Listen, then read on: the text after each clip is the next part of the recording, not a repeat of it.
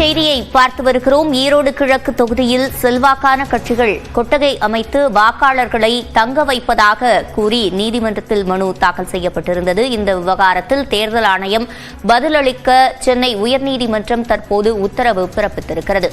2023 இடைத்தேர்தலில் நடந்த கொட்டகை பாணியிலான இந்த விவகாரத்தை தற்போது தடுக்க கோரி தேர்தல் ஆணையத்திடம் மனு அளிக்கப்பட்டிருந்ததாகவும் அதில் நடவடிக்கை எடுக்கப்படவில்லை என்றும் நீதிமன்றத்தில் மனு தாக்கல் செய்யப்பட்டிருந்தது. இந்நிலையில் தேர்தல் ஆணையம் இதில் பதிலளிக்க சென்னை உயர்நீதிமன்றம் உத்தரவு பிறப்பித்திருக்கிறது.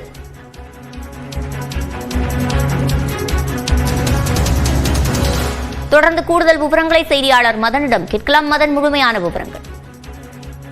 ஈரோடு கிழக்கு சட்டமன்ற தொகுதி எம்எல்ஏ EVK இளங்கோவன் காலமானதை அடுத்து அந்த தொகுதிக்கு பிப்ரவரி 5ஆம் தேதி இடைத்தேர்தல் அறிவிக்கப்பட்டுள்ளது.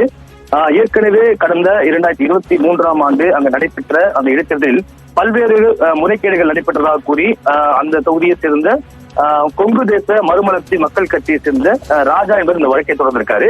அதாவது கடந்த தேர்தலின் போது ஆளும் கூட்டணி கட்சி வேட்பாளரை வெற்றி பெற செய்ய மற்ற வேட்பாளர்களை வாக்காளர்களை அலுவலக தடுக்கவும் ஒவ்வொரு வார்டிலுமே ஒரு கொட்டைகள் அமைத்து அதில் வாக்காளர் தங்க வைக்கப்பட்டதாக குற்றம் சாட்டியிருந்தார். அது மட்டுமில்லாமல் அங்கு தங்க வைக்கப்பட்ட வாக்காளருக்கு உணவு உள்ளிட்டவை வழங்கப்பட்டதாகவும் வாக்குக்கு பணம் வழங்கப்பட்டதாகவும் அதனாலேயே அந்த தேர்தலில் போட்டியிட்டு தான் தோல்வியடைந்ததாக தெரிவித்துள்ளார்.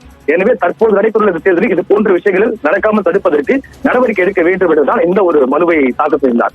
இந்த வழக்கை இன்று விசாரித்த நீதிபதிகள் R. சுப்பிரமணியன் மற்றும் குமரப்பன் அவர்கள் மக்கள் ஏன் கொட்டைக்கு செல்ல வேண்டும் என்று கேள்வி எழுப்பினார்கள்.